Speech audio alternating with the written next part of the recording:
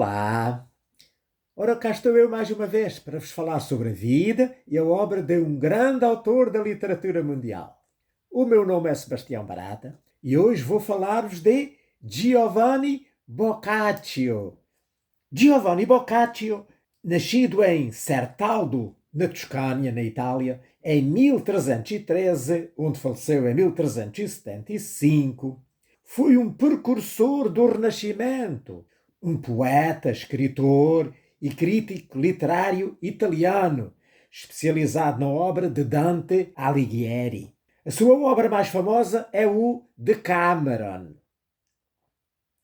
De acordo com as fontes que consultei, o Giovanni Boccaccio nasceu no dia 16 de junho de 1313 em Certaldo, naquele tempo um povoado agrícola na região da Toscânia, na província de Florença, na Itália. Uma das fontes que consultei apresenta uma versão diferente e que até pode ser verdadeira. O pai de Boccaccio, Boccaccino de Cellino, era lá de Certaldo, de onde saiu jovem para trabalhar na casa bancária Bardi, em Florença. Ali enriqueceu, o que lhe possibilitou realizar o sonho de viajar pela Europa. Em Paris, apaixonou-se por uma dama da aristocracia e com ela teve um filho, o Giovanni Boccaccio. É verdade? É mentira? Não sei, mas tem alguma lógica. Ao regressar a Florença, com o filho, resolveu casar-se e escolheu Margarida d'Osmar Dolly, que era parente de Beatriz, a amada do Dante Alighieri. Assim, o Giovanni Boccaccio passou a sua infância em Florença, onde aprendeu a ler, escrever e calcular com Giovanni da Strada, que era um famoso mestre-escola, e logo começou a escrever as suas primeiras histórias. Aos 7 anos já escrevia contos e imaginava fábulas. Em 1327, o seu pai enviou-o para Nápoles para aprender comércio e finanças. Mas o Boccaccio não sentia vocação para seguir lá a carreira do pai. A cidade de Nápoles era um dos centros intelectuais do país, de costumes liberais, o que encantou o Boccaccio. O interesse pela literatura levou-o a estudar direito canónico, bem como latim e grego, o que permitiu estudar os textos clássicos e uma aproximação às elites intelectuais napolitanas, nomeadamente aos admiradores e amigos do Francesco Petrarca. Fez amizades valiosas, entre as quais o bibliotecário real, Paulo de Perugia, que lhe proporcionou a leitura dos manuscritos raros lá da biblioteca e de romances franceses e da poesia trovadoresca. O Boccaccio admirava a corte e a nobreza. Como o seu amigo Nicolò, que era filho de um importante banqueiro, tinha livre acesso à corte do rei Roberto d'Anjou, foi fácil apresentar o Boccaccio na corte. Mais tarde, a obra do Decameron recorda esses tempos felizes. Na corte, o Boccaccio relacionou-se com Maria de Aquino, que alguns dizem ser uma filha do rei, pela qual se apaixonou, a quem chamava carinhosamente de Fiammetta, nos inúmeros poemas em que conta a história do seu amor e separação. Fiammetta transformou-se na personagem dominante ao longo da sua história, aparecendo em várias obras, incluindo o Decameron. Além deste, o Boccaccio teve vários casos amorosos ao longo da sua vida. Esses envolvimentos românticos foram significativos na sua vida pessoal e provavelmente desempenharam um papel substancial na formação das suas atitudes e filosofias em relação ao amor e à natureza humana. Em 1337, iniciou a sua produção literária com uma série de poemas amorosos, entre os quais Il Filostrato. Era um pequeno poema escrito em oitavas que versava a história de Troilo e Griselda, que refletia a sua admiração pelo mundo greco-romano e a sua paixão pela Fiammetta. Nesse ano de 1337, teve início a guerra entre a França e a Inglaterra. Os bancos entraram em crise e o seu pai suspendeu-lhe a mesada. Então, entre os anos de 1339 e 1340, o Boccaccio residiu num bairro pobre e deixou de frequentar a corte. Em 1340, foi obrigado a regressar a Florença e já trazia consigo Il Filococo, que saiu em 1336, e Teseida, que ele depois terminou nos anos de 1340-41. O Il Filococo é uma obra de 5 livros, uma adaptação em prosa de um mito medieval que é considerada a primeira grande composição novelesca da prosa toscana e a primeira mostra importante do talento narrativo do autor, na qual são narradas as venturas e desventuras do Flório e da Biancafiore. O Teseida é um épico de 12 cantos, escrito em oitavas, cuja história se prende com o amor de 2 amigos, o Arcita e o Palémon, por Emília, com as guerras de Teseu como pano de fundo. Nestas 2 obras, os temas de cavalaria e de amor eram enriquecidos pela arguta observação de Boccaccio sobre a realidade e pela retórica ornamental, não só elevando o italiano ao nível da literatura latina, como também contribuindo para a dignificação dos poemas escritos em oitavas. Boccaccio manteve-se bastante ativo em Florença, apesar das sérias dificuldades económicas que atravessou. De 1341 a 1345, ele escreveu Il Ninfale d'Ameto, obra em prosa e tercetos. L'Amorosa Visione, publicada entre 1342 e 43, que era um poema alegórico com 50 cantos em tercetos. Elegia di Madonna Fiammetta, publicada entre 1343 e 44, que é uma obra escrita em prosa, de grande profundidade e uma pioneira na psicologia do amor e da mulher. E ainda o Il Ninfale Fiesolano, publicado entre 1344 e 45, um poema em oitavas sobre o amor entre o pastor Áfrico e a ninfa Mensola. Com a morte do pai em 1349, o Boccaccio conseguiu a estabilidade financeira, o que lhe valeu diversos cargos diplomáticos. Em 1348, Florença foi assolada pela peste negra e milhares de pessoas morreram. Entre elas, a filha do Boccaccio, a Violante, com 7 anos de idade. Evento que o tocou profundamente e influenciou os seus trabalhos posteriores. Inspirado na epidemia, o Boccaccio começou então a escrever a sua obra mais famosa, Decameron, de que eu depois falarei lá mais adiante, espero, que viria a ser publicada em 1353. Em 1350, o Boccaccio conheceu, então pessoalmente, o poeta Francesco Petrarca, que ele já olhava como o seu mestre. O Petrarca confirmou-se então como capaz de o aconselhar, de o ajudar e orientar, e juntos, através da troca de ideias e de obras, lançaram as sementes do humanismo. Nesse mesmo ano, o Boccaccio foi nomeado embaixador do governo florentino na cidade de Ravenna. Foi o início de uma série de viagens em nome da cidade de Florença, por toda a Itália, e não só. Inclusive, ele esteve na corte papal de Avignon, quando o Papa estava em Avignon. Nos anos seguintes, o Boccaccio dedicou-se a obras de caráter mais académico, escritas em latim. Esta mudança deve-se não só à influência do Petrarca, mas também ao enfraquecimento da sua saúde e a alguns desgostos de amor que o levaram mesmo a viver de modo austero, assim, quase monástico. Entre estas destaca-se De Claris Mulieribus, uma série de biografias de mulheres ilustres. Nesta fase, só o Il Corbaccio, que seria o Corvo em português, que saiu em 1355, foi escrito em italiano. De resto, como já disse, tudo em latim. O Corbaccio é uma obra radicalmente oposta ao Decameron, na qual o Boccaccio exibe a versão pelas mulheres, causada certamente por um daqueles desgostos de amor a que eu já me referi, e nele faz uma dura sátira ao modo de vida florentino.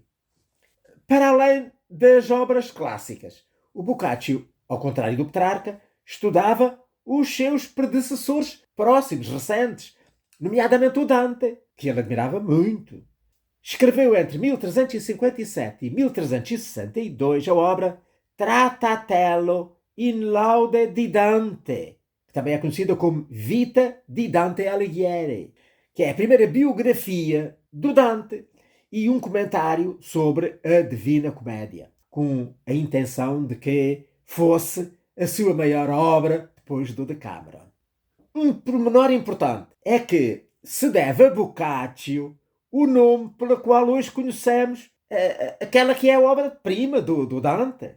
Ao ler aquela que até se chamava A Comédia, ele ficou tão fascinado que lhe renomeou de A Divina Comédia. E pronto, passou a ser conhecida por esse título, e ainda hoje está imortalizada com o nome de A Divina Comédia. Em 1363, Boccaccio abandonou a cidade de Florença e instalou-se lá na sua aldeia, Certaldo, onde escreveu as suas últimas obras, a maior parte em latim. Em 1373, a República Florentina encarregou de ler publicamente a Divina Comédia na igreja de San Stefano di Badia, tarefa que a doença o fez abandonar no canto 17º do inferno. Já não conseguiu entrar no purgatório, muito menos no paraíso. No final da sua vida, o Giovanni Boccaccio sofria de graves problemas de saúde, provavelmente relacionados com a obesidade e com doenças cardíacas. Faleceu então lá em Certaldo, no dia 21 de dezembro de 1375. E encontra-se sepultado na igreja de Santi Jacopo e Filippo, que em português, São Filipe e Santiago, portanto, como disse, em Certaldo, na Toscânia. O Boccaccio foi um escritor de transição entre a literatura medieval e a renascentista, tendo escrito obras em latim e obras em língua vernácula, mais propriamente o dialeto toscano, que ainda não era exatamente o italiano atual. Fervoroso pesquisador de manuscritos, introduziu o Homero e outros autores gregos na Itália. O Boccaccio teve uma importância considerável na literatura ocidental, como incentivador do humanismo, que foi de extrema importância depois no Renascimento italiano, na literatura e também nas artes plásticas. Mas é também considerado o criador, com o seu Decameron, de um modelo de prosa que está na origem do romance moderno. Ora bem, depois disto, eu desejaria falar-vos então do livro que andei a ler esta semana, que não podia deixar de ser o Decameron. Claro que é uma obra tão grande que eu tenho aqui em 5 gigantescos volumes. Eu só consegui ler um bocadinho o primeiro volume e metade do segundo. Mas deu para perceber a história e então vou-vos contar o que eu entendo sobre esta maravilhosa obra. Decameron, que significa em grego 10 dias, é a mais reputada obra do Boccaccio, que eu já disse, e que foi inspirada ao autor pela grande epidemia que assolou a cidade de Florença em 1348, como eu também já disse. A obra começa com uma introdução onde o autor explica a origem da epidemia, como ela se espalhou, os sintomas que apresenta e a sua característica extremamente mortal. É interessante que já nesse tempo as epidemias vinham da China, tal e qual como vêm as atuais. Aqui o Boccaccio estima que a epidemia terá matado lá em Florença e nos arredores cerca de 100 mil pessoas. De seguida, mostra-nos como as pessoas reagiram. Uns dedicaram-se a satisfazer os seus instintos mais primários, enquanto outros se fechavam em casa, a rezar e a oferecer sacrifícios, acreditando que a peste era um castigo pelos nossos pecados e a pedir a Deus que nos livrasse da morte e da peste. Por fim, indica também que muita gente fugia para as suas casas de campo, outros que não tinham casas de campo vagueavam pelas matas, pelas florestas, para fugir à peste. E também havia quem se reunisse nas igrejas, né, a rezar coletivamente para pedir o fim da peste. E foi numa igreja que se encontraram 7 damas, como aquilo está traduzido, 7 damas ricas e jovens, chamadas a Pampineia, a Fiametta, cá está o nome, a Fiametta, que nunca falta nas obras do Boccaccio, a Filomena, Emília, que também aparece noutros livros, Laureta, Neifile e Elisa, que também aparece noutros. Capitaneadas pela Pompineia, que era a mais velha, elas combinam partir para o campo para fugir à peste. Mas, enquanto conversavam, viram entrar na igreja 3 mancebos, como eles chamam também aqui, que eram apaixonados por 3 delas. E elas decidem convidá-los para as acompanharem e eles aceitaram. Eles chamam-se o Panfilo, o Filostrato e o Dioneo. E são então estes 10 jovens as personagens que vão interagir ao longo de toda a história. Refugiam-se alguns no campo e é a Pampineia a propor então como vai ser o seu relacionamento. Para ocupar o tempo e se divertirem, cada um dos 10 jovens vai narrar uma história por dia. Em cada dia haverá um rei, ou uma rainha, não é? Que no final do dia vai indicar quem é que será o rei do dia seguinte. E então este novo rei, né, nomeado para o dia seguinte, vai então fixar o tema genérico que vai ser desenvolvido nas histórias que cada um vai contar no outro dia. E, portanto, deixa-os a pensar durante a noite na história mais interessante que obedeça àquele tema para contarem depois. Ora, eles estiveram reunidos durante 2 semanas, nas quais contaram 10 dias de histórias. Ora, porquê 10 dias? Uma semana tem 14 ou 15. É que eles, nas sextas e sábados, e nos domingos também, decidiram não contar histórias. Resulta daqui, portanto, um conjunto de 10 dias de histórias, uma história cada um, 10 vezes 10, 100 histórias. Portanto, temos aqui 100 histórias muito interessantes. Estas histórias estão, portanto, divididas em 10 jornadas, não é verdade? 10 dias, 10 jornadas, como aqui lhe chama. E em cada volume estão 2 jornadas. No primeiro volume está a primeira e a segunda jornada, depois na segunda, a terceira e a quarta, por aí adiante, até chegar ao fim. Portanto, são, ao todo, 5 volumes. Portanto, como eu já disse, eu não tive tempo para ler isto tudo, só li as 3 primeiras, mas quem depois eu conseguir ler inteiro, verá que cada um dos jovens representa um estado diferente de ânimo, uma maneira, portanto, diferente de estar na vida, o que é sublinhado pelo nome que o autor lhe dá, e que se reflete nas histórias que ele vai contar. Cada um, portanto, tem a sua maneira de contar de acordo com a sua personalidade. Umas são picantes, outras engraçadas e divertidas, outras são críticas da sociedade florentina, ou então críticas aos clérigos devassos, ou críticas às mulheres adúlteras que enganam os maridos. Outras são sobre homens que usam e abusam de todas as mulheres que conseguem seduzir, etc. Não é? Mas há também histórias de mulheres virtuosas, mulheres a toda a prova de fidelidade, irresistíveis a qualquer tentação. Há também histórias de ingênuos e de ingênuas que se deixam ludibriar por todo o tipo de trapaceiros e vigaristas. E outras. São um conjunto de histórias todas diferentes e todas muito interessantes.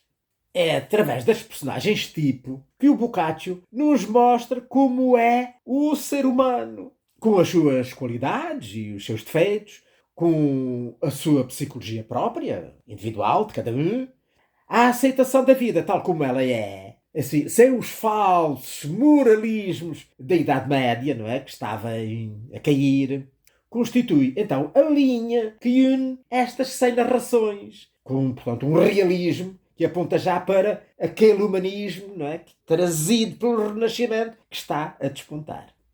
A maior evidência desta filosofia do autor é o papel que ele aqui destina às mulheres, que então eram relegadas para um segundo plano, portanto, que eram submissas aos seus maridos, eram sempre apresentadas como um símbolo das virtudes e da pureza. Não é isso que acontece aqui no Decameron, onde elas são equiparadas aos homens, tanto nos seus valores pessoais, como no direito a usufruírem dos prazeres da vida e do amor, da sua liberdade e da aventura como os homens. Têm os mesmos direitos. Já viram como aqui o Decameron, e segundo as ideias do Boccaccio, já era muito para a frente da sua época. tudo isto, não é? Aliado, portanto, ao realismo com que ele descreve todas estas coisas e, enfim, este tom muitas vezes licencioso e bastante sensual de muitas das novelas, motivou-lhe as mais duras críticas e uma quantidade de problemas ao longo da vida. Foi vítima de censura, etc.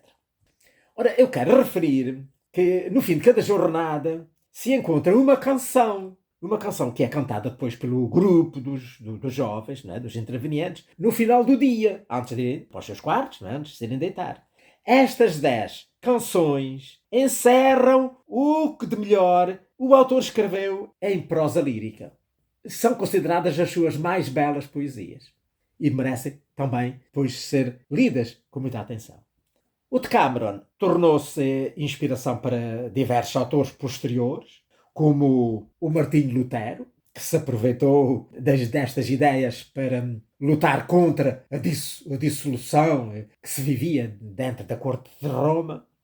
O Shakespeare, que também se inspirou aqui para várias das suas peças. O Vivaldi, o Molière, que se inspirou em várias destas histórias para escrever as suas fábulas, e muitos outros. Falando do Vivaldi, ele escreveu a ópera Griselda, que é baseada na 10ª novela da 10ª jornada. Ou seja, baseada na última história do Decameron. E que é, de facto, uma história muito interessante. Que está, portanto, logicamente, não é? Aqui no final do 5º volume. E que eu gostava, se ainda tiver tempo, de, enfim, ler não, porque é muito grande, como no geral tem 4, 5, 6 páginas, há outras mais pequeninas, mas a generalidade tem uma meia dúzia de páginas e, portanto, não vou ter tempo para ler. Mas vou tentar contar-vos assim resumidamente a história. E aproveito, antes de mais, para dizer que no início de cada história o livro tem uma maravilhosa gravura. Muitas delas bastante licenciosas, de acordo com a história, não é? Respectiva. Não é o caso desta e é por isso que eu tenho a coragem de mostrar aqui, não é? Dado que este vídeo certamente vai ser visto por pessoas de todas as idades. Não ia mostrar aqui uma gravura bastante licenciosa. Então a história da Griselda é a seguinte. Havia naquele tempo o marquesado de Saluzzo e o marquês do Saluzzo tinha um filho que se chamava o Gualtieri. Seu filho mais velho, que seria o seu herdeiro. Ele era um celibatário que não queria casar, só queria andar na caça, nos torneios, na boa vida. Casar não queria. Não estava para sempre pensar a uma mulher. Mas os seus súbditos não gostavam disso e queriam que ele casasse porque precisava de ter um herdeiro, não é? E isso não caía muito mal. E tanto incomodaram que ele acabou por dizer, pronto, está bem, então eu vou procurar uma mulher para se casar comigo e eu vou resolver esse problema. Mas eu aqui a vou escolher e ninguém se pode meter nisso. Terão que aceitar aquela que eu escolher. Pronto, está bem, o que eles queriam era que ele casasse e tivesse um herdeiro e por isso diz, está bem, concordamos, casa lá com quem quiseres. Então ele preparou tudo, mandou preparar muitos vestidos e muitas joias e muitas coisas para ter lá uns aposentos da futura marquesa preparados. E quando tinha tudo pronto, convocou os seus súbditos e então pegou na sua corte e vamos buscar a minha noiva. E lá vão todos em cortejo, nos seus cavalos, a ter com a sua noiva. Iam à chegada lá a uma aldeia, muito pobre, viram uma mocinha com um pote à cabeça, que vinha da fonte, muito mal vestida, e disse-lhe, Griselda, onde está o teu pai? O meu pai está em casa, senhor. Então leva-me lá que eu quero falar com ele. E lá o levou, e então chegou lá, ele disse-lhe, olha, eu venho para casar com a tua filha Griselda, mas antes, primeiro quero ter umas palavrinhas com ela. E então, Bruno, Griselda, tu queres casar comigo? E ela disse, o meu senhor é que manda, eu faço o que o senhor quiser. Então pronto, eu quero-te para a minha mulher e vamos casar. O pessoal da corte não é, ficaram todos de boca aberta. Mas pronto, tinham prometido que não diziam nada e não disseram. Ele, o que é que fez? Olha, dispõe-nas as trapos e vistam-lhe este vestido suntuoso e vamos para o palácio. E assim fizeram, lá vestiram e levaram e lá se fez o casamento. Algum tempo depois, a Griselda teve o seu primeiro filho, que era uma menina. E então o marido, o Gualtieri, resolveu começar a experimentá-la. Pensava para ele, eu preciso que ela dê provas de que é uma mulher capaz de ser a minha esposa, não é? Portanto, vou testá-la. Então, como é que ele fez? Primeiro começou a maltratá-la, a dizer que ela não tinha jeito nenhum, as pessoas fartavam-se de gozar e de criticar ele ter casado com uma mulher assim, estava a ficar farto e não sei o quê. Depois, quando nasceu a menina, começou a dizer que os súbditos diziam ter uma filha daquela mulher, olha, vou-me livrar da garota, eu vou mandá-la matar e pronto. E ela, coitadinha, meu senhor é que sabe, se o senhor entende assim, eu aceito. E então ele fingiu que levava para a matar, mas não, ele mandou-a para um servo a levá-la à casa de uns familiares para a criarem e educarem como uma menina da classe alta. Né? Pronto, lá continuaram, ao fim de algum tempo, lá teve outro filho, era um rapaz. Ele fez a mesma coisa. Algum tempo depois diz, os meus súbditos criticam-me, então agora o nosso senhor vai ter um herdeiro que é neto de um compónio. Nós não podemos aceitar tal coisa. E olha, eu tenho que me livrar do menino. Eu vou fazer o mesmo que fiz à menina. E lá levaram o menino também para o pé de onde já estava a menina, para o criarem e o educarem. Pois, lá viveram mais uma quantidade de anos e eles sempre a maltratá-la. Toda a gente gostava dela, achava-na uma senhora digna, que ela, vindo de onde tinha vindo, se tinha-se realmente transformado completamente e era uma senhora que todos estimavam e era muito boa, mas eles sempre a criticá-la. Até que a certa altura diz, olha, eu estou farto de ti, não quero mais viver contigo, vou pedir ao Papa um documento que nos desligue que anule o nosso casamento e para poder casar com outra. Pronto, o meu senhor é que manda. Era sempre a resposta dela. E então fingiu que pediram um documento ao Papa, dias depois veio o documento, olha, já que eu tenho o documento, e pronto, olha, vai, desaparece-me daqui, não te quero cá mais. Pega no teu dote e vai para a casa do teu pai. Ela disse, o meu dote, senhor. Então, o senhor sabe que me apanhou completamente nu, eu não tenho dote nenhum. Tá, não podes levar nada. Ai, deixa-me ao menos vestir uma camisinha. Não vou completamente nu aí pela rua até chegar à casa do meu pai. Tá bem, vais lá uma camisa, vai-te embora. E ela lá foi para a casa dos pais.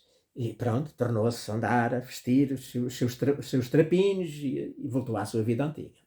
Algum tempo depois, ele disse, olha, já escolhi quem vai ser a minha próxima esposa.